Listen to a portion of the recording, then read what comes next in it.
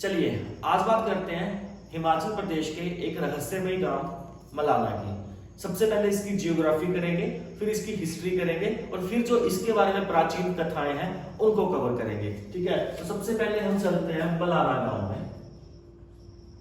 ये जो गांव है वो कुल्लू डिस्ट्रिक्ट में है। ये जो गांव है कुल्लू डिस्ट्रिक्ट में, इस गांव को एथेंस ऑफ हिमाचल भी कहा जाता है। एथेंस ऑफ हिमाचल, इस गांव को, मलाना गांव को एथेंस ऑफ हिमाचल भी कहा जाता है, जो कि कुल्लू जिले में है। इसकी लोकेशन की बात करें तो ये कुल्लू से नॉर्थ ईस्ट पर पार्वती घाटी में स्थित है। ठीक है, ये कुल्लू के नॉर्थ ईस्ट में पार्वती घाटी में स्थित है। अगर इसकी हाइट की बात करें, जो इसकी ऊंचाई है वो है 2625 मीटर। इसकी जो हाइट है वो कितनी है? 2625 मीटर। इस गांव की जो स्थानीय भाषा है वो कौन सी है? कनाशी। इस गांव में कनाशी भाषा बोली जाती है और जो कनाशी भाषा है वो संस्कृत और तिब्बती इनका मिश्रण है। ये जो भाषा है कनाशी भाषा जो है वो संस्कृत और तिब्बती भाषा का मिश्रण है। ये भाषा सिर्फ कुल्लू के मलाना गांव में बोली जाती है, इसके अलावा कहीं पे भी नहीं बोली जाती। इसके अलावा और क्या है यहाँ पे इसके अलावा मलाना हाइड्रो पावर स्टेशन है। मलाना हाइड्रो पावर स्टेशन है, जो कि जल परियोजना है।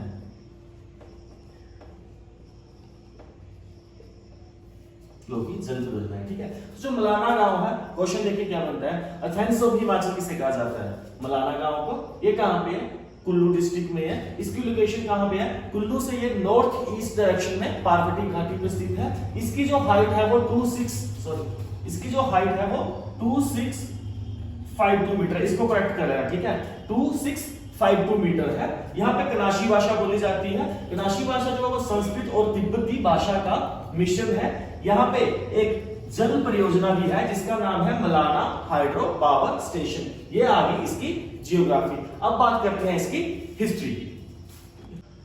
चलिए अब बात करते हैं इस गांव की हिस्ट्री। ठीक है, तो इस गांव का जो लोकतंत्र है, सबसे पहली बात तो मैं ये बता देता हूं कि इस गांव का खुद का ही लोकतंत्र है। यहाँ पे जो इंडियन कॉन्स्टिट्यूशन है उसको वैलिड नहीं माना जाता, लेकिन सिर्फ इस गांव के अंदर ही। अगर इसके निवासी इस गांव के बाहर आएंगे तो उनको मानना पड़ेगा, लेकिन इस गांव में सिर्फ इनका खुद का ही संविधान है, वही चलेगा। तो ये सबसे पुराना लोकतंत्र है, हिमाचल का नहीं, दुनिया का नहीं, पूरे विश्व का।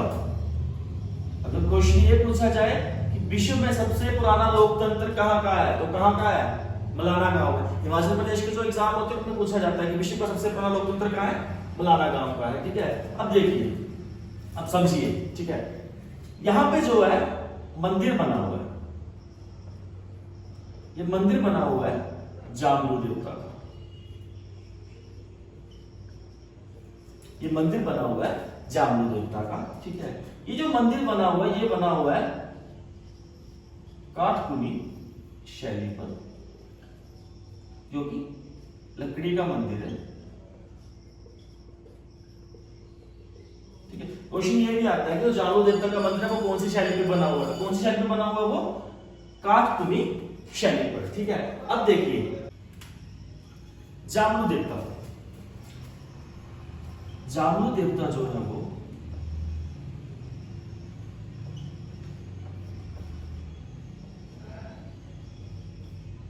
जमदग्नि ऋषि को कहा जाता है। इनकी जो पत्नी थी उनका नाम रेणुका था। जो इनके पुत्र थे उनका नाम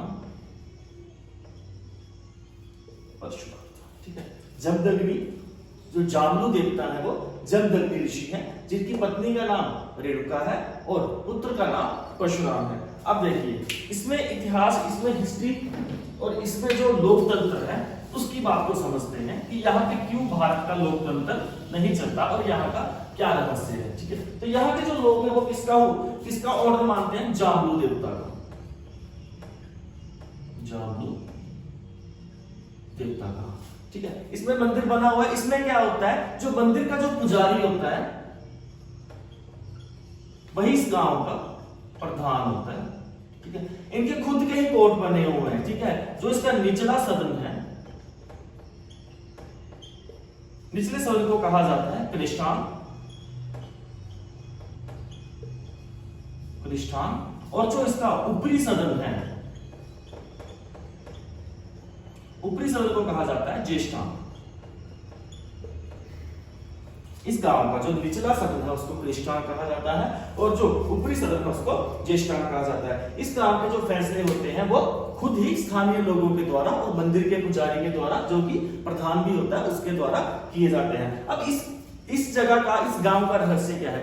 ये जो लोग हैं, ये कहा जाता है इतिहास में कि जब सिकंदर भारत आया था और सिकंदर जब हिमाचल प्रदेश से ब्यास से वापस जा रहा था, तो जो उसके घायल सैनिक थे वो वहीं पे रुक गए थे मलाना गांव में, और उस गांव का नाम पड़ा मलाना गांव। और वो खुद को सिकंदर के वंशज मानते हैं, इसलिए वो क्या बोलते हैं कि हम सारी दुनिया से अलग हैं, हम इस दुनिया के साथ नहीं हैं, हम दुनिया में सबसे श्रेष्ठ हैं। अब क्या होता है, अगर आप उस गांव में जाओगे, अगर आप मलाना गांव में कभी जाओगे तो उसकी कंडीशंस क्या क्या होती है, उसकी कंडीशन सुन लीजिए। सबसे पहले क्या है, आप वहां पे किसी भी चीज को टच नहीं कर सकते, चाहे एक मकान की दीवार ही है, आप उसको भी टच नहीं कर सकते। आप उस गांव में रात को नहीं रह सकते, आप सिर्फ जा सकते हो घूम के, शाम को आपको वापिस आना होगा। और क्या होता है उस गांव में? उस गांव में ये होता है कि अगर आप दुकान पे जा रहे हो, दुकान पे कोई चीज ले रहे हो, आप दुकान के अंदर नहीं जा सकते। आपको क्या करना पड़ेगा, जो पैसे होते हैं वो दुकान के बाहर रखोगे, दुकान वाला आएगा, आपको सामान देगा और पैसे उठा के अंदर ले जाएगा। आप उनको टच नहीं कर सकते, ये आपको परमिशन नहीं है। आप वहां पे कुछ खा नहीं सकते, वो आपको खाने को कुछ नहीं देंगे। आप वहां का पानी तक नहीं पी सकते, वो आपको पीने को पानी भी नहीं देंगे। ये मलाना गांव खुद का ही एक रहस्य बना हुआ है। मलाना गांव की एक प्राचीन कथा के अनुसार क्या होता है, जब अकबर का शासन था तो अकबर ने अपने सेनापति को हिमाचल प्रदेश में कर लेने के लिए भेजा था। तो जो उसका सेनापति था वो मलाना गांव में भी गया, तो वहां के स्थानीय लोगों ने मना करा कि आप यहां से कर नहीं ले जा सकते। लेकिन सेनापति, फौज है ना, फौज तो कभी मानेगी नहीं, वो तो राजा का ऑर्डर मानेगी। तो उन्होंने क्या करा, वहां से सिक्के ले गए, सोने के सिक्के कर के रूप में लेके गए। लेकिन क्या होता है, जब वो आगरा में पहुंचते हैं, अकबर के दरबार में आगरा में पहुंचते हैं, तो जब वो उस संदूक को जिसमें सिक्के रखे होते हैं उसको खोलते हैं, तो जो सिक्के थे वो हवा में उड़ रहे थे। जो मलाना गांव में जो सिक्के लेके गए थे वो सिक्के हवा में उड़ रहे थे। तो इस कारण किसी ने बोला कि अकबर को समझाया कि आपको ये सिक्के वापस करने होंगे। तो अकबर ने बोला कि अगर मुझे जामलू देवता जो है वो खुद अपनी शक्ति दिखाएं तो मैं इनको वापस करूंगा। तो कहा जाता है कि उस रात क्या हुआ था, आगरा में बर्फबारी हुई थी। इसको आप गूगल करके भी चेक कर सकते हो कि आगरा में एक बार बर्फ गिरी थी, कब गिरी थी। ठीक है, तो क्या होता है, उस टाइम पे आगरा में बर्फ गिरती है, जिसकी वजह से अकबर क्या करता है, उनसे माफी मांगता है। और अकबर क्या करता है, एक सोने की मूर्ति बनाकर उनको भेज देता है, जो कि आज भी जामलू देवता के मंदिर में रखी हुई है। ठीक है, ये था इसका इतिहास, इसकी हिस्ट्री।